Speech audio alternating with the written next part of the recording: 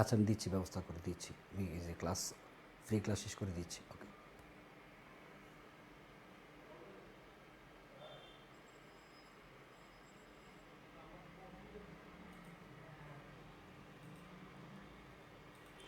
বিসমিল্লাহির রহমানির রহিম। আসসালামু আলাইকুম। সুপ্রিয় এইচএসসির শিক্ষার্থীরা, আপনাদের সবাইকে আমাদের আই এডুকেশনের পক্ষ থেকে এইচএসসির ফ্রি লাইভ ক্লাসে সবাইকে স্বাগত জানাচ্ছি। এইচএসসির 26 ব্যাচ যাদের জানুয়ারি মাস থেকে হচ্ছে টেস্ট পরীক্ষা, আর হচ্ছে এইচএসসি 27 ব্যাচ যারা হচ্ছে নতুন নতুন কলেজ শুরু করছেন, এই উভয় পক্ষের জন্যই হচ্ছে একটা কমন সহজ টপিক, অর্থাৎ হচ্ছে যেই পত্রে আপনি খুব সহজে হচ্ছে A+ ধরে রাখতে পারবেন খুব অল্প পড়াশোনা করে, সেটার নাম হচ্ছে ফিনান্স, ব্যাংকিং ও বিমার দ্বিতীয় পত্র। এখানে ফিনান্স প্রথম পত্রের কথা বলছি না। ফিনান্স প্রথম পত্রে আপনাকে অনেক এফোর্ট দিতে হবে, অনেক বেশি লেখাপড়া করতে হবে, কিন্তু ফিনান্সের যেটা দ্বিতীয় পত্র, সেই দ্বিতীয় পত্র অংশে হচ্ছে ব্যাংকিং আর হচ্ছে বিমা। সো এই ব্যাংকিং ও বিমা অংশের মধ্যে কোন কোন অধ্যায়গুলো আমাদের জন্য খুবই গুরুত্বপূর্ণ এবং হচ্ছে কোন কোন অধ্যায়গুলো যদি আমরা একটু আগে থেকে পড়ে রাখতে পারি, তাহলে আমাদের এই পেপারে অ্যাটলিস্ট, যেহেতু এখানে হচ্ছে সবগুলো কোশ্চেন আপনাকে লিখতে হবে, সৃজনশীল 60টা প্রশ্ন 2.5 ঘন্টার সময়ের মধ্যে লিখে শেষ করতে হবে। প্রশ্ন যদি কমন না পড়ে তাহলে কিন্তু বানিয়ে বানিয়ে লিখতে একটু সময় বেশি লেগে যেতে পারে। তো আমরা কিছু কমন টপিকের খোঁজ করার চেষ্টা করব, যেগুলো পড়লে বা যে অধ্যায়গুলো ভালো মতো সিরিয়াসলি পড়লে সেখান থেকে সৃজনশীল প্রশ্ন আসবেই, মোটামুটি নিশ্চিত রূপে বলা যায়। সেই অধ্যায়গুলোর নাম জেনে রাখা, আর হচ্ছে এমসিকিউ অংশে যদি আপনি 30-এ 30 মানে পেয়ে যেতে পারেন, 30-এ 30 না বা ন্যূনতম 28 বা 29, 2-1 নাম্বার পরীক্ষা হলে ভুল হতে পারে, কিন্তু এর বেশি যাতে এই পত্রে আমাদের নাম্বার যাতে না কাটা যায়, এজন্য আমরা হচ্ছে আজকে একটা সাজেশনমূলক ক্লাস আমরা আপনাদের সামনে উপহার দিয়ে যাচ্ছি, যেখানে আমরা হচ্ছে ফিনান্সের দ্বিতীয় পত্রের সিলেবাস নিয়ে আলোচনা করব। গুরুত্বপূর্ণ অধ্যায়গুলো আমরা হচ্ছে দাগিয়ে নিব, আর সবার শেষে হচ্ছে আমরা কিছু সাজেশনমূলক এমসিকিউ প্র্যাকটিস করব, যেগুলো সরাসরি আমাদের পরীক্ষায় আসার শতভাগ, বললে ভুল বলা হয়ে যায়, বেশি বলা হয়ে যায়, 99% সম্ভাবনা আছে। বিগত বছরের গুরুত্বপূর্ণ বারবার পরীক্ষায় আসা এমসিকিউ প্রশ্নগুলো আমরা ইনশাল্লাহ আজকের ক্লাসে সবাই মিলে দেখার চেষ্টা করব। সো যারা যারা ক্লাসে জয়েন করেছি সবাই একটু সম্ভব হলে প্রত্যেকের নিজের টাইম লাইনে ক্লাসটা শেয়ার করে রাখেন, যাতে আপনার টেস্ট পরীক্ষার আগে আপনি একবার চোখ বুলাতে পারেন, বা প্রয়োজন বোধে বোর্ড ফাইনালের আগে যাতে আরেকবার দেখে মোটামুটি নিজেকে ঝালাই নিতে পারেন, অথবা আপনাদের পরিচিত ফ্রেন্ড থাকলে তাকে মেনশন করে জানাতে পারেন। ওকে, আসেন আমরা এই আজকের ক্লাসে শুরুতে আমরা একটু সিলেবাস সম্পর্কে ধারণা নেওয়ার চেষ্টা করি। আমাদের ফিনান্স, ব্যাংকিং ও বিমা, অর্থাৎ আমাদের ব্যাংকিং যে অংশটা দ্বিতীয় পত্রের এই ব্যাংকিং অংশের মধ্যে যে অধ্যায়গুলো আছে, এখান থেকে আমরা কোন কোন চ্যাপ্টারকে গুরুত্ব সহকারে পড়ব, কোন কোন চ্যাপ্টারের কোন জায়গাটা খুব বেশি গুরুত্বপূর্ণ পরীক্ষায় আসার মতো, সেগুলো আমরা একটু ফাইন্ড আউট করার চেষ্টা করি। ওকে, যারা যারা সালাম দিয়েছেন সালামের উত্তর ওয়ালাইকুম সালাম। যারা যারা জিজ্ঞাসা করছেন কেমন আছি, আলহামদুলিল্লাহ ভালো। আশা করি আপনারাও সবাই সুস্থ আছেন, ভালো আছেন, এবং হচ্ছে আস্তে আস্তে শীতের মধ্যেও আপনার কান মাঝে মধ্যে গরম হয়ে যাচ্ছে। জানুয়ারি মাসে টেস্ট পরীক্ষা, নকিং অ্যাট দ্য ডোর। তো এই নকিং অ্যাট দ্য ডোর, শীতকালে যদি আপনার দরজার মধ্যে কেউ অল্প আওয়াজে টকটক করে, সাউন্ডটা একটু বেশি মনে হয়। তো শীতের আমেজে টেস্ট পরীক্ষার টেনশনে যারা যারা আছেন তাদের জন্য একটু আমরা কি দেখি কিছুটা আপনাদেরকে রেমেডি দিতে পারি কিনা, একটু আপনাদের সহযোগিতা করতে পারি কিনা। আসেন, ব্যাংকিং অংশে আমরা যেই চ্যাপ্টারটা ডেফিনেটলি ভালো মতো পড়বো সেটা হচ্ছে আমাদের 2 নাম্বার অধ্যায়, যেটা হচ্ছে কেন্দ্রীয় ব্যাংক। কেন্দ্রীয় ব্যাংক, এখান থেকে প্রশ্ন আসবেই, এটা নিশ্চিত রূপে বলা যায়। আর কেন্দ্রীয় ব্যাংক থেকে আপনি 2টা জায়গা খুব ভালো মতো পড়বেন, সেটা হচ্ছে কেন্দ্রীয় ব্যাংকের কার্যাবলী। কেন্দ্রীয় ব্যাংকের কার্যাবলী, কেন্দ্রীয় ব্যাংক যে কার্যাবলীগুলো পালন করে সেটা সম্পর্কে একটু বিস্তারিত ধারণা নেওয়া। আরেকটা হচ্ছে কেন্দ্রীয় ব্যাংকের ঋণ নিয়ন্ত্রণ পদ্ধতি। ঋণ নিয়ন্ত্রণ পদ্ধতি, এই 2টা জিনিসের বাইরে বোর্ড পরীক্ষার প্রশ্ন কোনোদিন হয় নাই, হবেও না। আপনার কলেজের টেস্ট পরীক্ষাতেও টিচাররা এই 2টা যে কোনো একটা পরীক্ষাতে উনি রাখতে বাধ্য, কারণ কেন্দ্রীয় ব্যাংক চ্যাপ্টারের মধ্যে মূল গুরুত্বপূর্ণ বিষয় তো বেসিক্যালি এই 2টা। সো আমরা যদি এই 2টা বিষয় একটু ভালো মতো পড়ে নিতে পারি সবাই, তাহলে আমাদের জন্য একটা প্রশ্ন নিশ্চিত যে আমরা কমন পাবো।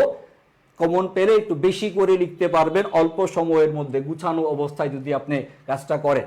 তারপরে হচ্ছে আরেকটা গুরুত্বপূর্ণ চ্যাপ্টারের নাম যদি আমরা বলে রাখি আপনাদের, সেটা হচ্ছে আপনার 1 নাম্বার চ্যাপ্টার। তো ডেফিনেটলি আপনি ভালো মতো পড়বেন ব্যাংক ব্যবস্থার যে প্রাথমিক ধারণা, এখান থেকে ব্যাংকিং কি জিনিস, তারপরে হচ্ছে ব্যাংকের কার্যাবলীগুলো কি কি থাকবে, ব্যাংক ব্যবস্থার উৎপত্তি, ক্রমবিকাশ ইত্যাদি যে আলোচনাগুলো আছে, বেসিক জায়গাটা এখান থেকে একটা প্রশ্ন গতানুগতিক ধারাতে সাধারণত থাকে। ব্যাংক কি, ব্যাংকের কার্যাবলী বা ব্যাংক সম্পর্কে সাধারণ যে কনসেপচুয়াল আলোচনা এইটা। তারপরে আপনি ডেফিনেটলি অবশ্যই 3 নাম্বার চ্যাপ্টার তো পড়বেন বাণিজ্যিক ব্যাংক। তবে বাণিজ্যিক ব্যাংকের ক্ষেত্রে নিশ্চয়তা দেওয়া যায় না প্রশ্ন আসবে কিনা, কারণ কেন্দ্রীয় ব্যাংক চ্যাপ্টার থেকে যদি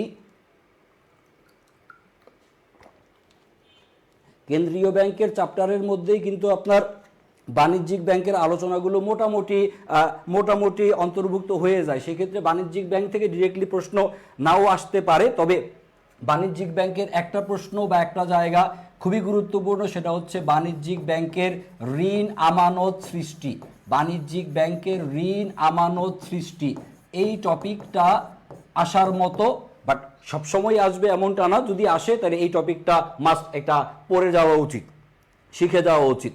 তারপরে হচ্ছে আপনি গুরুত্ব দিয়ে অবশ্যই পড়বেন হচ্ছে ব্যাংকের হিসাব। ব্যাংকের হিসাবের মধ্যে আপনার হচ্ছে প্রত্যেকটা যে হিসাব, চলতি হিসাব, তারপরে হচ্ছে আমাদের সঞ্চয়ী হিসাব, আর হচ্ছে স্থায়ী আমানত, এই প্রত্যেকটা বিষয়ের যে বৈশিষ্ট্য আছে, সুবিধা অসুবিধাগুলো আছে, কার জন্য এটা ব্যবহার করা লাগবে বা কার জন্য উপযুক্ত ইত্যাদি যে আলোচনাগুলো, এগুলো একটু ভালো মতো পড়বেন। চেক বই কে পাবে, চেক বই কে পাবে না ইত্যাদি ইত্যাদি আলোচনাগুলো আছে।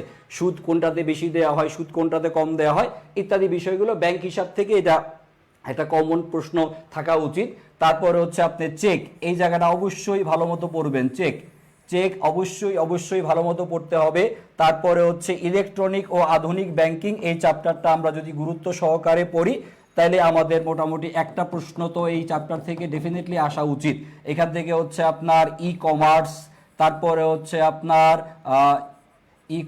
তারপরে হচ্ছে আপনার ই ব্যাংকিং, তারপরে হচ্ছে আপনার এটিএম, তারপরে হচ্ছে আপনার ডেবিট কার্ড, ক্রেডিট কার্ড ইত্যাদি সংক্রান্ত যেই আলোচনাগুলো আছে, এই বিষয়গুলো যদি আমরা একটু ভালো মতো পড়ে রাখি তাহলে মোটামুটি এই চ্যাপ্টার ইলেকট্রনিক আধুনিক ব্যাংকিং এখান থেকে এক কোশ্চেন আমরা খুব ইজিলি অ্যান্সার করে দিয়ে আসতে পারবো। তাহলে খেয়াল করে দেখি, আমরা গুরুত্ব দিয়ে কেন্দ্রীয় ব্যাংক পড়বো। কেন্দ্রীয় ব্যাংক পড়লে বাণিজ্যিক ব্যাংক মোটামুটি কভার হয়ে যাচ্ছে। ব্যাংক ব্যবস্থার প্রাথমিক ধারণা, তারপরে হচ্ছে ব্যাংক হিসাব থেকে প্রত্যেকটা হিসাবের বৈশিষ্ট্য, কার্যাবলী ইত্যাদিগুলো। চেকটা খুব ভালো মতো পড়বো। চেকের ক্ষেত্রে দাগ কাটা চেক, হুকুম চেক, বাহক চেক ইত্যাদি যা আছে সবগুলো ভালো মতো পড়বেন।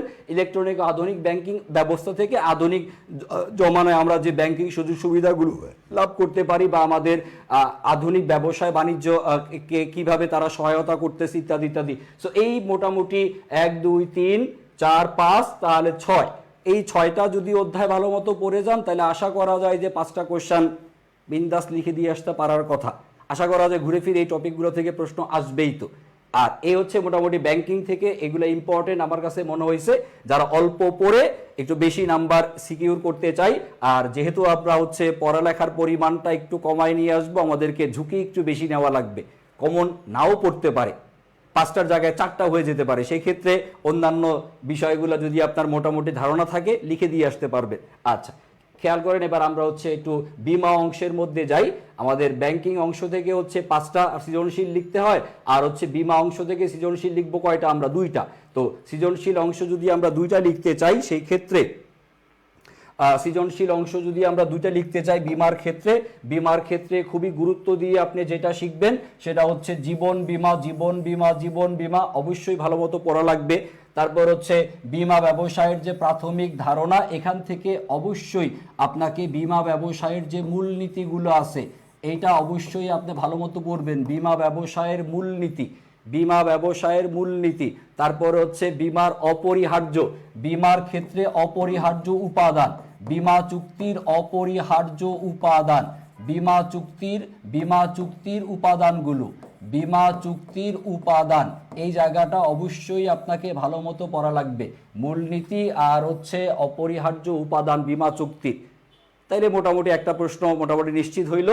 আর জীবন বীমা, এটা একটু ভালো মতো পড়বেন। জীবন বীমা থেকে আপনি কি পড়তে পারেন? জীবন বীমা থেকে হচ্ছে আপনি মৃত্যু হার পঞ্জি, এই বিষয়টা আপনি একটু ভালো মতো পড়বেন। তারপরে হচ্ছে আপনার প্রিমিয়াম কি জিনিস, এটা ভালো মতো পড়বেন। সমর্পণ মূল্য কি জিনিস, এইটা ভালো মতো পড়বেন।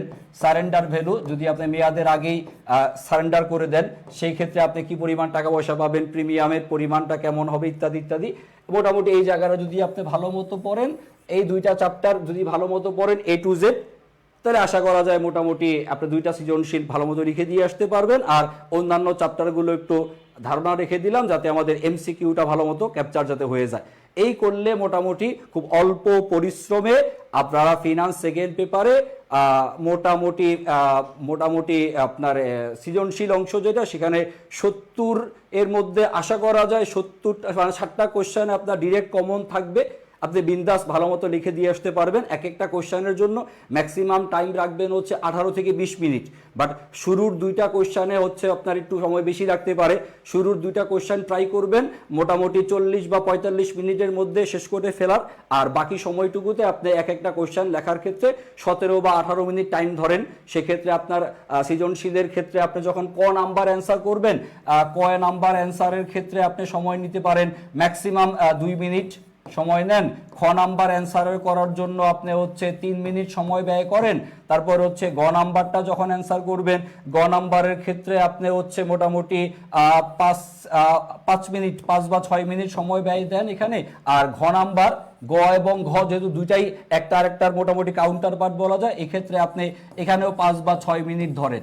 তাহলে সেই হিসাবে আপনার মোটামুটি 15 মিনিট বা 17 মিনিট, এই সময়টুকু 15 থেকে 17 মিনিট বা ম্যাক্সিমাম গেলে 18 মিনিট বা 20 মিনিট, ম্যাক্সিমাম গেলে হচ্ছে 20 মিনিট।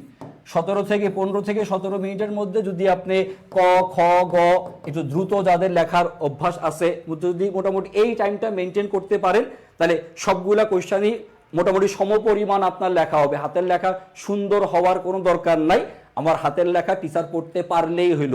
তবে ফাঁকা খুব বেশি না দেওয়াটা উত্তম, আবার গুটি গুটি ছোট ছোট না লেখা উত্তম। মিডিয়াম সাইজের লেখা, যাতে মোটামুটি একটা পৃষ্ঠায় যাতে মোটামুটি আপনার 10 থেকে 11 লাইন বা 12 লাইন ম্যাক্সিমাম, 10 থেকে 11 লাইন যদি আপনি মোটামুটি পয়েন্ট আউট করে লিখতে পারেন, খাতাটা দেখতে সুন্দর লাগবে শুরু থেকে শেষ পর্যন্ত। এবং সবগুলো জায়গা যদি আপনি ভালো মতো টাচ করে দিয়ে আসতে পারেন, তাহলে টিচার আপনাকে 70 না দেখ, কমপক্ষে মিনিমাম 62, 63, ইভেন 65 নাম্বারও কিন্তু আপনি সৃজনশীল অংশের মধ্যে পাওয়া সম্ভব, যদি একটু মনোযোগ সহকারে মডেল টেস্ট দেওয়ার অভ্যাস করেন, নিয়মিত প্র্যাকটিস করেন, তাইলে এটা চলে আসবে আশা করি। সো যারা যারা এই রকমের সাজেশন ওয়াইজ, টাইপ ওয়াইজ হচ্ছে একটু ধারণা নিতে চান, বা যারা যারা হচ্ছে এরকমের মডেল টেস্ট পরীক্ষা দিয়ে নিজের অবস্থান আগে থেকেই একটু সুদৃঢ় করে রাখতে চান, তারা চাইলে আমাদের HSC 26-এর জন্য হচ্ছে কামব্যাক কোর্স, আর হচ্ছে আমাদের HSC 27-এর জন্য হচ্ছে মিশন A+ ব্যাচ অলরেডি আমাদের ক্লাস চলতেছে। তো যারা যারা যদি আগ্রহী হয়, মনে হয় যে প্রয়োজন হবে, যে লেখাপড়া সিরিয়াসলি করার দরকার, তারা চাইলে খুব দ্রুতই আপনি ভর্তি হয়ে যেতে পারেন। অলরেডি আমাদের ক্লাস কিন্তু চলতেছে, অলরেডি ক্লাস চলতেছে। যারা যারা HSC 26 ব্যাচ তারা খুব সিরিয়াসলি, কারণ অল্প কিছুদিন পরে টেস্ট পরীক্ষা, এখন ভর্তি হলে আপনি আমাদের আগের সবগুলো রেকর্ড ক্লাস পেয়ে যাবেন। সো রেকর্ড ক্লাস দেখে আপনি মোটামুটি নিজেকে দুর্বলতাগুলো কাটায় উঠতে পারলেন। আর এখনকার হওয়া লাইভ ক্লাসগুলো শুরু করে একদম বোর্ড পরীক্ষার আগ পর্যন্ত আমরা যেই ফার্স্ট পেপার সেকেন্ড পেপার দুইটা মিলে যে আপনাকে পড়াবো, মোটামুটি টেস্ট পরীক্ষার ভয় মোটামুটি রেকর্ড ক্লাস দিয়ে বা এবং লাইভ দিয়ে পার হবে। আর ইনশাল্লাহ একদম আপ টু আপনার বোর্ড ফাইনাল এক্সাম পর্যন্ত আমরা যে সার্ভিসটা এনশিওর করব, মোটামুটি প্রত্যেকটা সাবজেক্টে A+ আশা করি ইনশাল্লাহ আসবে, যদি আপনি নিয়মিত আমাদের সাথে অনুশীলন করেন বা নিয়মিত যদি আপনি লেখাপড়ায় নিজেকে যদি একটু সময় দেন। আচ্ছা, তাহলে আসেন আমরা এবার কিছু হচ্ছে MCQ আসেন সমাধান করে নিই, গুরুত্বপূর্ণ, যেগুলো পরীক্ষায় আসার মতো। যদি আমরা পারি একটু ক্লাসে পার্টিসিপেট করার চেষ্টা করব। দেখি যতটুকু জানা আছে ব্যাংকিং সম্পর্কে, বীমা সম্পর্কে প্রত্যেকের যতটুকু ধারণা আছে, ধারণা থেকে কমেন্টে উত্তর লেখার চেষ্টা করেন। ভুল হোক শুদ্ধ হোক, আমরা ট্রাই তো অন্তত করি, দেখি পারি কিনা। 1, 2, 3 সবাই অ্যান্সার লেখার ক্ষেত্রে কোশ্চেনের নাম্বারটা লিখে A বা C টাইপ করেন, তাহলে সুবিধা হবে। একটু দ্রুত সবাই একটু কমেন্টে অ্যান্সার লেখার ট্রাই করি। ব্যাংকিং থেকে আসা প্রশ্ন, 3টা প্রশ্ন দেওয়া আছে, দ্রুত কমেন্টে উত্তর লেখেন।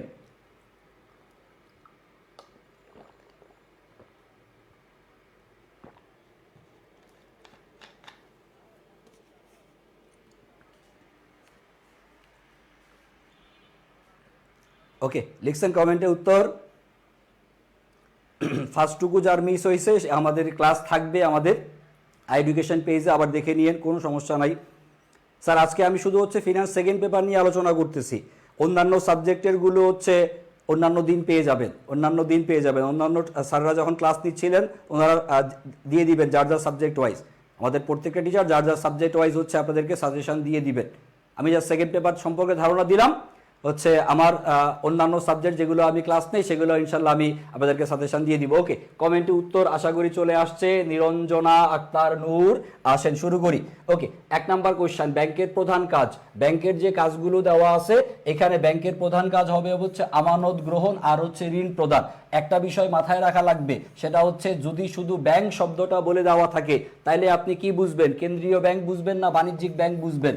প্রশ্নের মধ্যে শুধু যদি ব্যাংক লেখা থাকে তাহলে অবশ্যই এটা কাকে নির্দেশ করবে, বাণিজ্যিক ব্যাংককে নির্দেশ করবে। হুদাই এখানে পণ্ডিতি করে কেন্দ্রীয় ব্যাংকের জন্য কি হইতে পারত, এই চিন্তা ভাবনা যারা করেন তারা ভুল কাজ করেন। যদি কেন্দ্রীয় ব্যাংক থেকে প্রশ্ন থাকতেই হয় তাহলে কোশ্চেনে সরাসরি কেন্দ্রীয় ব্যাংক শব্দটা উল্লেখ থাকবে। যদি কোশ্চেনে শুধু ব্যাংক শব্দটা উল্লেখ থাকে তাহলে আমরা অবশ্যই বুঝবো কাকে বোঝানো হয়েছে, বাণিজ্যিক ব্যাংককে বোঝানো হয়েছে। সো এটা নিয়ে কনফিউশনে পড়ার কোনো কারণ নাই। সো ব্যাংক মানে বাণিজ্যিক ব্যাংক, প্রধান কাজ কি, আমানত সংগ্রহ করা আর হচ্ছে ঋণ প্রদান করা, এটাও তাদের প্রধান কাজ। তারপরে 2 নাম্বার, চেক কি জিনিস।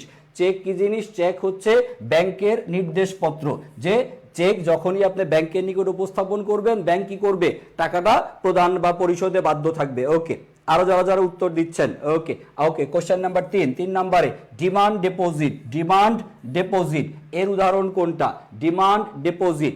ডিপোজিটের বাংলা তো আমরা হচ্ছে জমা বুঝি, জমা বুঝি। আর ডিমান্ড মানে কি, ডিমান্ড মানে হচ্ছে চাহিবা। চাহিবা মাত্র যেই জমা কি করবে, ফেরত দিবে। চাহিবা মাত্র যে জমা, জমা কোথায় আছে, ব্যাংকে আছে। চাহিবা মাত্র, কে চাহিবা মাত্র, গ্রাহক চাহিবা মাত্র।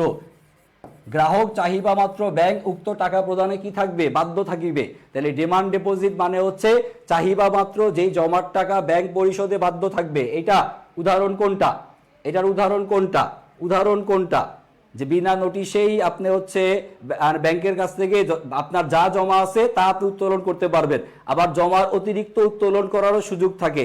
ডিমান্ড ডিপোজিটের উদাহরণ কোনটা, চলতি আমানত, অর্থাৎ চলতি হিসাব, যেটা চলতি হিসাবটাকে বলা হয় হচ্ছে ডিমান্ড ডিপোজিট। ডিমান্ড ডিপোজিট, চলতি আমানত বা চলতি হিসাব হচ্ছে এর উদাহরণ। আসেন পরবর্তী কোশ্চেনে যাই। পরবর্তী প্রশ্ন, পরবর্তী প্রশ্ন, আস্তে কোথায় চলে যায়, আমরা কোশ্চেন করছি কয়টা, 3টা। তারপরে তাহলে 4 নাম্বার থেকে শুরু হবে। একটু আমাদের ব্যাংকে আমাদের বোর্ডের একটু স্পিড মনে হয় বেড়ে গেছে। ওকে, আসেন পরবর্তী কোশ্চেন করি। 4, 5, 6 খুবই গুরুত্বপূর্ণ প্রশ্ন। এই 3টা প্রশ্ন খুবই খুবই গুরুত্বপূর্ণ, পরীক্ষায় একদম চলে আসার মতো প্রশ্ন। ওকে, দেখেন কোশ্চেন নাম্বার 4 নাম্বার প্রশ্ন, ব্যাংক রেট। ব্যাংক রেট এইটা কে নির্ধারণ করে, ব্যাংক রেট কে নির্ধারণ করবে, ব্যাংক রেট নির্ধারণ করে হচ্ছে, ব্যাংক রেট নির্ধারণ করে হচ্ছে প্রত্যেকটা দেশের কেন্দ্রীয় ব্যাংক। আর আমাদের বাংলাদেশের কেন্দ্রীয় ব্যাংকের নাম কি, বাংলাদেশ ব্যাংক। তো এইখানে একটু মাথায় রাখা লাগবে ব্যাংক রেট মানে কি। ব্যাংক রেট মানে হচ্ছে একটা সুদের হার, যেই সুদের হারে, যেই সুদের হারে, যেই সুদের হারে কেন্দ্রীয় ব্যাংক ঋণ প্রদান করে। কেন্দ্রীয় ব্যাংক ঋণ প্রদান করে কাকে, কেন্দ্রীয় ব্যাংক কিন্তু গ্রাহকদেরকে ঋণ দেয় না। কেন্দ্রীয় ব্যাংক ঋণ দেয় কাকে, বাণিজ্যিক ব্যাংকগুলোকে। বাণিজ্যিক ব্যাংকগুলোকে স্পেসিফিক্যালি বলতে গেলে হচ্ছে তফসিলি বাণিজ্যিক ব্যাংক, তফসিলি বা তালিকাভুক্ত বাণিজ্যিক ব্যাংক। তাহলে তফসিলি বা তালিকাভুক্ত বাণিজ্যিক ব্যাংকগুলোকে ঋণ প্রদান করে যখন তাদের তারল্য সংকট হয় সেটা মোকাবেলা করার জন্য। কে ঋণ দিচ্ছে, কেন্দ্রীয় ব্যাংক। কাকে, বাণিজ্যিক ব্যাংককে। যেই সুদের হারে সেটাকেই বলা হয় হচ্ছে ব্যাংক হার, সেটা হচ্ছে ব্যাংক হার। তাহলে এই ব্যাংক হারটা কে নির্ধারণ করবে, নির্ধারণ করবে হচ্ছে বাংলাদেশ ব্যাংক, যেটা বাংলাদেশের কেন্দ্রীয় ব্যাংক। ওকে, তারপর কোশ্চেন নাম্বার 5, কেন্দ্রীয় ব্যাংকের lender of last resort. Lender of last resort এটা দ্বারা কি বুঝাবে, এটা দ্বারা যা বুঝাবে, যা বুঝাবে। ওকে, উত্তর দিচ্ছেন কারা কারা, আসমা আক্তার, নুসাইবা উসরাত, তারপর হচ্ছে নিরঞ্জনা, আর কারা কারা। ওকে ওকে ওকে, হ্যাঁ বাকিরা উত্তর দেন, বাকিদের, হ্যাঁ বাকিদের উত্তর দেন, উত্তর দেন। Question number 5, lender of last resort. Last resort মানে যেখানে আপনি সর্বশেষ যেই জায়গাটা আছে আপনার ঘুরে বেড়ানোর, সেটার যিনি মালিক, সেটা যিনি আপনাকে ধার দিচ্ছেন, অর্থাৎ এটা দ্বারা বোঝানো হচ্ছে সর্বশেষ ঋণদাতা।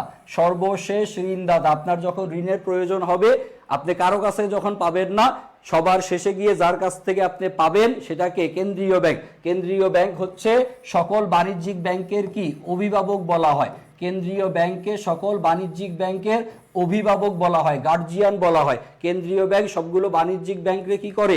নিয়ন্ত্রণ করে। কেন্দ্রীয় ব্যাংক সবগুলো বাণিজ্যিক ব্যাংকরে করে হচ্ছে নিয়ন্ত্রণ। কেন্দ্রীয় ব্যাংক বাণিজ্যিক ব্যাংকগুলোর তারল্য সংকট মোকাবেলা করার জন্য তাদেরকে হচ্ছে ঋণ প্রদান করে। কেন্দ্রীয় ব্যাংক হচ্ছে দেশের অর্থনৈতিক ব্যবস্থায় স্থিতিশীলতা আনয়ন করে। কেন্দ্রীয় ব্যাংক হচ্ছে নোট ইস্যু করে। কেন্দ্রীয় ব্যাংক হচ্ছে মুদ্রামান নির্ধারণ করে। কেন্দ্রীয় ব্যাংক হচ্ছে বৈদেশিক বাণিজ্যের ক্ষেত্রে লোকাল গার্জিয়ান হিসেবে দায়িত্ব পালন করে। কেন্দ্রীয় ব্যাংক হচ্ছে আর কি করে? কেন্দ্রীয় ব্যাংকেরও সর্বশেষ ঋণের আশ্রয়স্থল ইত্যাদি বিভিন্ন নাম আছে, যে কোনোটা পরীক্ষার মধ্যে আসতে পারে। তাহলে অ্যান্সার হবে হচ্ছে অপশন নাম্বার এ। পরবর্তী question number 6, bank draft. Bank ড্রাফটের অন্য আরেকটা বাংলা নাম শিখে রাখেন। বাংলা নাম হচ্ছে এটার আজ্ঞাপত্র। আজ্ঞাপত্র, ব্যাংক ড্রাফট অথবা ব্যাংক আজ্ঞাপত্র জিনিস একই। ব্যাংক ড্রাফট এটার মানে কি? এটার মানে হচ্ছে ব্যাংকের নিশ্চয়তা পত্র। ব্যাংকের নিশ্চয়তা পত্র, আপনি ব্যাংক ড্রাফট যে কোনো শাখা থেকে গিয়ে আপনি টাকা উত্তোলন করে নিয়ে আসতে পারবেন।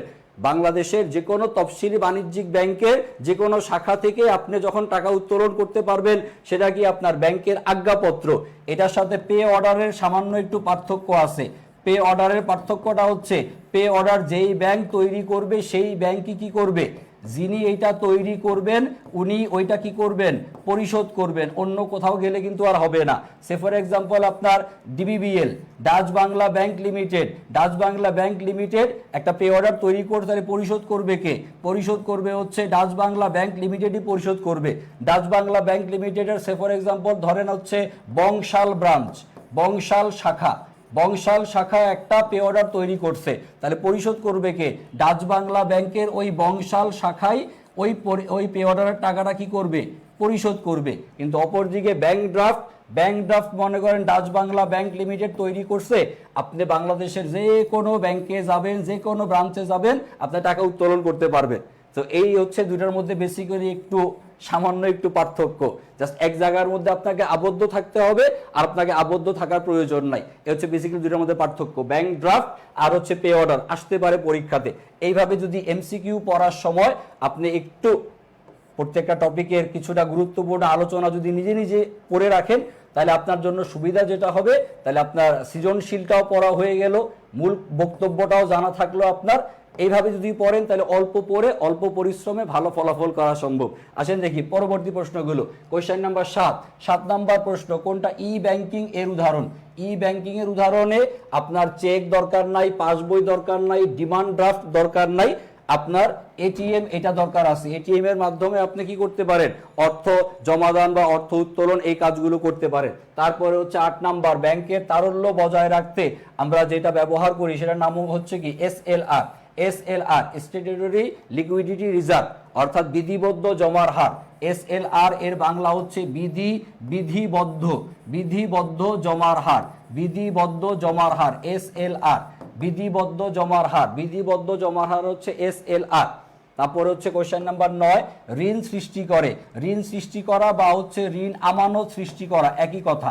ঋণ সৃষ্টি বা ঋণ আমানত সৃষ্টি এটা কে করবে? এটা করবে হচ্ছে বাণিজ্যিক ব্যাংক। বাণিজ্যিক ব্যাংক একটা ঋণকে সরাসরি গ্রাহককে না দিয়ে সে কি করতে পারে, গ্রাহকরে একটা হিসাব খুলবে, সেই হিসাবের মধ্যে সেই টাকাটা স্থানান্তর করবে, তারপরে আবার ওইখান থেকে আবার হচ্ছে বাকি অংশটুকুকে ঋণ হিসেবে দেখাবে। এভাবেই তারা হচ্ছে টাকার পরিমাণগুলোকে কি করে, একটু বৃদ্ধি করে দেখায়, অর্থাৎ ঋণ আমানত সৃষ্টি করে। এটা বাণিজ্যিক ব্যাংকেরই একটা কার্যক্রম, গুরুত্বপূর্ণ কার্যক্রম। দুইভাবে এই কাজটা করা যেতে পারে। সরাসরি হচ্ছে একটা ঋণ থেকে সরাসরি হিসাব খুলবো, সেই হিসাব থেকে আবার হচ্ছে ঋণ প্রদান করব, এইভাবে মানে করা যেতে পারে। অথবা একটা ঋণ থেকে সরাসরি আরেকটা ঋণ হিসাবে স্থানান্তরের মাধ্যমে আপনি টাকা স্থানান্তর যদি করেন, এভাবে দুইভাবে হচ্ছে আমরা ঋণ আমানত সৃষ্টি করতে পারি। সেটা হচ্ছে বাণিজ্যিক ব্যাংকের কাজ। পরবর্তী কোশ্চেনে আসি, নাম্বার হচ্ছে 10, বীমা। বীমা থেকে প্রশ্ন। বীমা কি জিনিস? বীমা হলো ঝুঁকি বন্টন করার ব্যবস্থা। ঝুঁকি বন্টন করার ব্যবস্থা হচ্ছে বীমা। তারপরে কোশ্চেন নাম্বার 11, পুঁজিবাজার। পুঁজিবাজার, পুঁজিবাজার এইটা কিসের কাজ? পুঁজিবাজারের কাজ কি? পুঁজিবাজারের মধ্যে কি হবে? পুঁজিবাজারের মধ্যে হচ্ছে শেয়ার, তারপরে হচ্ছে বন্ড, তারপরে হচ্ছে ঋণপত্র, তারপরে হচ্ছে ডিবেঞ্চার, এগুলো কি হবে? কেনাবেচা করা হবে। তারপরে আরো থাকতে পারে এখানে হচ্ছে কি treasury, treasury treasury bond, treasury bond, treasury bond, এই শব্দগুলো, এই বিষয়গুলো যেখানে হবে সেটার নাম কি? পুঁজিবাজার। আর পুঁজিবাজার হচ্ছে দীর্ঘমেয়াদী মূলধন সংগ্রহ করার জায়গা। আরেকটা হচ্ছে আপনার মুদ্রা বাজার, আরেকটা হচ্ছে মুদ্রা বাজার। মুদ্রা বাজার, মুদ্রা বাজার থেকে আপনি কি করবেন? স্বল্প মেয়াদী ঋণ গ্রহণ করবেন। মুদ্রা বাজার থেকে হলো স্বল্প মেয়াদী, আর দীর্ঘমেয়াদীর জন্য হচ্ছে পুঁজিবাজার। তারপরে আসেন কোয়েশ্চেন নাম্বার 12, দেখি কমেন্টে উত্তর লেখেন দ্রুত। কেন্দ্রীয় ব্যাংকের প্রধান লক্ষ্য কি? কেন্দ্রীয় ব্যাংকের মূল কাজ কোনটা?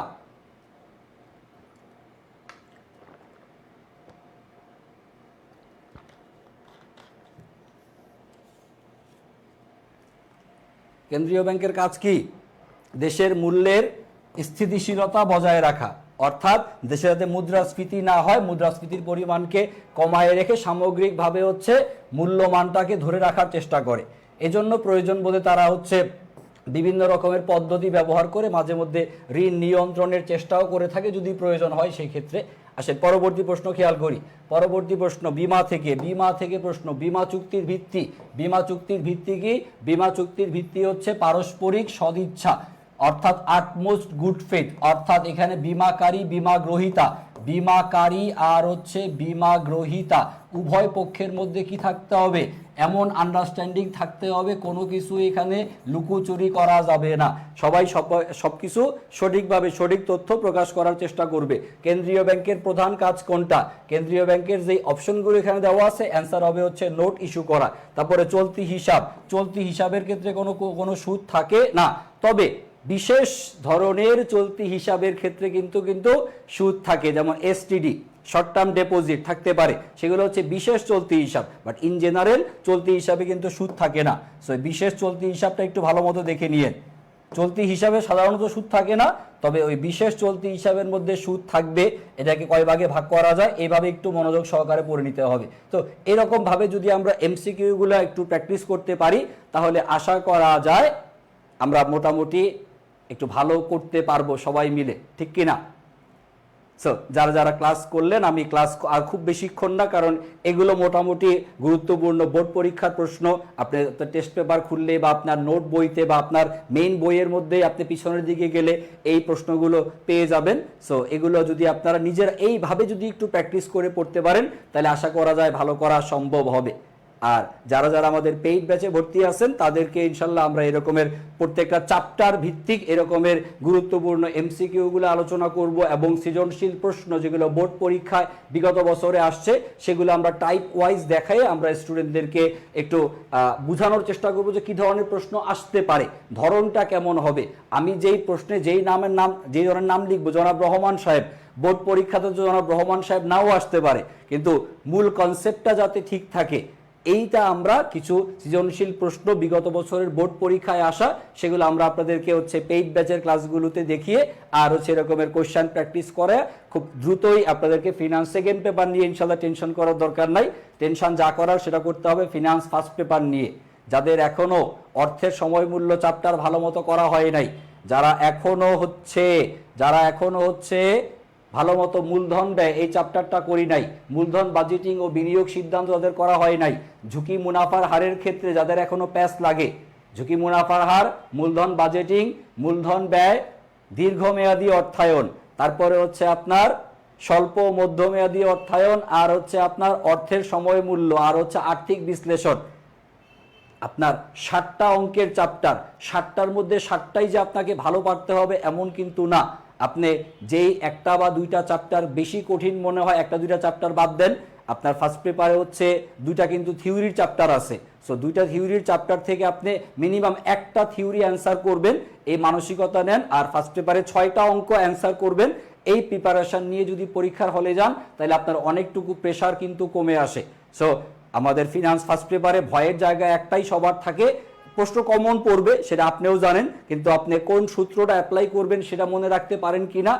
অনেক সূত্র পড়ে গেলে, বিভিন্ন টাইপসের অঙ্ক পড়ে গেলে আপনার কনফিউশন হইতে পারে পরীক্ষার হলে। তো আমরা যদি টাইপ কমাই নিয়ে এসে নির্দিষ্ট কিছু সিলেক্টিভ অঙ্ক ভিন্ন ভিন্ন চ্যাপ্টার থেকে যদি আমরা পড়তে পারি, যেগুলো পরীক্ষায় খুব বেশি বেশি আসার মতো, তাহলে অল্প পরিশ্রমে ফিনান্স ফার্স্ট পেপারটাও আশা করি একটু আপনি নিশ্চিন্ত থাকতে পারবেন ইনশাল্লাহ। ফিনান্স ফার্স্ট পেপারে এরকমের কোনো একটা ফ্রি ক্লাসে আবার ইনশাল্লাহ আলোচনা হবে, আর পেইড ব্যাচের ফিনান্স ক্লাসে ইনশাল্লাহ বিস্তারিত আলোচনা তো হবে। আসেন আর এই কয়টা কোয়েশ্চেন করে আমরা ক্লাস শেষ করি, আপনারা নিজেরা একটু পড়াশোনা শুরু করেন। ওকে, আসেন কোয়েশ্চেন নাম্বার 16 নাম্বার প্রশ্নে, বিমার ক্ষেত্রে utmost good faith. Utmost good faith বলতে কি বোঝায়? আটমোস্ট গুড ফেথ বলতে যা বোঝায় সেটা হচ্ছে পারস্পরিক শ্রদ্ধাবোধ বা পারস্পরিক সর্বোচ্চ পরিমাণের সততা দেখানো। একজন আরেকজনের প্রতি অবশ্যই কি থাকবে, যে সবকিছুই সে তাকে বুঝায় বলছে, সেও তার সমস্ত তথ্য ঠিক মতো মানে বিমা এজেন্টকে প্রদান করবে। তো এই ক্ষেত্রে হচ্ছে আটমোস্ট গুড মানে গুড ফেথ মানে ফেথ, অর্থাৎ বিমাকারী বিমা গ্রহীতা উভয় পক্ষের মধ্যে কি থাকবে, সবাই সর্বোচ্চ পরিমাণ সততা বজায় রাখার চেষ্টা করবে। ঋণ সৃষ্টি করে কোনটা? বাণিজ্যিক ব্যাংক। আর জীবন বীমার চুক্তি সাধারণত কি হয়? জীবন বীমার চুক্তি ইন জেনারেল হয়ে থাকে হচ্ছে দীর্ঘমেয়াদী, তবে স্বল্প মেয়াদী এরকমের কিন্তু কিছু আছে, থাকতে পারে, বাট সাধারণত আমরা 10, 15, 20, 25, 30 বছর এরকমের জন্যই সাধারণত করে থাকি। তো এরকমভাবে আপনারা হচ্ছে এরকম গুরুত্বপূর্ণ প্রশ্নগুলো যদি ভালো মতো পড়তে পারেন, এখানে অনেক প্রশ্ন আছে, আমি খুব বেশি আলোচনা করলাম না, কি ধরনের পড়া পড়তে হবে আমি কি তা ধারণা দিয়ে দিলাম। এবার আপনারা নিজেরা একটু পড়া শুরু করেন, ইনশাল্লাহ ফিনান্স সেকেন্ড পেপারে সবাই ভালো ফলাফল ইনশাল্লাহ করতে পারবে। আর আমাদের পেইড ব্যাচের বাচ্চা কাচ্চারা তারা খুব বেশি চিন্তিত হয়েন না, ফিনান্সের জন্য আমাদের যে প্ল্যান ওয়াইজ আমরা সাজাবো, সেই প্ল্যান যদি আপনি ঠিকমতো এক্সিকিউট করতে পারেন, ইনশাল্লাহ অল্প পরিশ্রমে আপনি হচ্ছে একটা ভালো রেজাল্ট নিয়ে আসতে পারবেন। পরিশ্রম বেশি দিবেন হচ্ছে অ্যাকাউন্টিং সাবজেক্টে, কারণ ম্যাক্সিমাম ফেলের সংখ্যা কিন্তু অ্যাকাউন্টিংয়ে। ফিনান্স সেকেন্ড পেপারে ফেল করছে এমন শুনছেন, বাট গত বছর অ্যাকাউন্টিংয়ে 42%-এর কাছাকাছি স্টুডেন্ট অ্যাকাউন্টিংয়ে ফেল ছিল। সো আমরা বেশি এফোর্ট দিব হচ্ছে accounting first paper second paper, এগুলোতে আমরা বেশি পরিমাণে এফোর্ট দিব। আর হচ্ছে ফিনান্স ফার্স্ট পেপারটা যদি একটু টেকনিক্যালি হ্যান্ডেল করতে পারেন, এখানে আপনার অঙ্কের প্রেশার আশা করি কমে চলে আসবে। সো দেন ম্যানেজমেন্ট, মার্কেটিং, তারপর হচ্ছে ফিনান্স সেকেন্ড পেপার, থিওরিটিক্যাল মানে সাবজেক্ট যেগুলো, সেগুলোতে যদি আপনি একটু বাছাই করে পড়তে পারেন, তাহলে আপনি খুব অল্প পরিশ্রম না, যথোপযুক্ত পরিশ্রম। কারণ একটা স্টুডেন্ট সে যদি টেস্ট পরীক্ষা অ্যালাউ হইতে চায়, তাহলে তার ডেফিনেটলি এখন প্রতিদিন কমপক্ষে 4 থেকে 5 ঘন্টা পড়ার টেবিলে বসা উচিত। টেস্ট পরীক্ষাতে পাশ করতে চাইলে ডেইলি বেশি না, 4 থেকে 5 ঘন্টা, আপনি প্রাইভেট টাইভেট সব বাদ দেন, আপনি মিনিমাম নিজে পড়ার টেবিলে 4 থেকে 5 ঘন্টা তো আপনার বসা উচিত। এই ব্যাপারে ডেফিনেটলি আপনি অ্যাগ্রি করবেন। এবার 4 থেকে 5 ঘন্টা যদি আপনি না বসেন, তাহলে আপনার পাশ করার বা ভালো করার চিন্তা তো না থাকাটাই খুব স্বাভাবিক। সো 4 থেকে 5 ঘন্টা নিজে পড়ার টেবিলে বসেন, বিভিন্ন জায়গাতে প্রাইভেট টাইভেট দৌড়াদৌড়ি না করে নিজে পড়েন, অনলাইনে মানে অনলাইনে পড়েন, ঘরে বসে পড়েন, যখন ভালো লাগে তখন অ্যাপে দেওয়া থাকবে ক্লাস, অ্যাপ দেখে আপনি ক্লাস করেন, ফাইন, ঝামেলা শেষ। রেকর্ড ক্লাস আছে, এই চ্যাপ্টার দরকার, আমি ওই চ্যাপ্টারটা দেখে নিলাম, নট নেসেসারি স্যার যেটা পড়াচ্ছে সেটাই আপনার দরকার হবে, সেগুলো আপনি অথবা ক্লিয়ার নিজেও থাকতে পারেন। কথা কি বুঝাইতে পারছি? সো যারা একটু সিরিয়াস থেকে ভালো ফলাফল করতে চাই, আর বোর্ড ফাইনালের ক্ষেত্রে অবশ্যই আপনার টেস্টের পরবর্তী যে 3 মাস সময় আপনারা পাবেন, 2.5 থেকে 3 মাস, সেক্ষেত্রে প্রতিদিন কমপক্ষে 6 থেকে 7 ঘন্টা, একটু বেশি হয়ে যায়, সেখানে ধরেন ডেইলি 4 থেকে 5 ঘন্টা, আর হচ্ছে একদম শেষের দিকে গিয়ে শেষের 2 সপ্তাহ বা শেষের 3টা সপ্তাহে একটু 7 থেকে 8 ঘন্টা করে যদি ডেইলি লেখাপড়া করি, তাহলে A+ আশা করি পাওয়া উচিত, এবং কনসেপ্ট ক্লিয়ার হয়ে পাওয়া উচিত। আর কনসেপ্ট ক্লিয়ার হয়ে যদি আপনি ইন্টারমিডিয়েটটা পার করতে পারেন, সামনের যে জার্নিটা থাকবে ঢাকা বিশ্ববিদ্যালয়ের ভর্তি পরীক্ষার অ্যাডমিশন টেস্ট, সেখানে আপনার এই কনসেপ্ট ক্লিয়ার থাকলে ওইখানে আপনি খুব পরিশ্রম করা লাগবে না। আপনার হয়তো বা খেয়াল করলে দেখবেন, আজকে ঢাকা বিশ্ববিদ্যালয়ের মানবিকদের ভর্তি পরীক্ষা হয়েছে ঢাকা বিশ্ববিদ্যালয়। মানবিকের কোশ্চেনের সাধারণ জ্ঞান অংশটা একটু টাফ ছিল, গতানুগতিক ছিল না। তার আগের সপ্তাহে হচ্ছে ঢাকা বিশ্ববিদ্যালয় কমার্সের হচ্ছে ভর্তি পরীক্ষা হয়েছে, কমার্সের কোশ্চেনেও অ্যাকাউন্টিংয়ের, ম্যানেজমেন্টের কোশ্চেন গতানুগতিক ছিল না। সো সেক্ষেত্রে যারা ইন্টারমিডিয়েট কনসেপ্ট ক্লিয়ার করে যাবেন, তারা আশা করি অ্যাডমিশনে ভালো করতে পারবে। তো সবাই ভালো থাকেন, সুস্থ থাকেন, ইনশাল্লাহ পরবর্তী আরও একটা কোনো ক্লাসে এরকমের গাইডলাইন আপনাদের সাথে ইনশাল্লাহ শেয়ার হবে, এবং কিছু শর্টকাট টেকনিক আপনাদেরকে দেখাতে পারবো, যেটা আপনাদের পরিশ্রমকে একটা সার্থক উপায়ে নিয়ে যেতে পারে বলে আমরা বিশ্বাস করি। ওকে, আল্লাহ হাফেজ।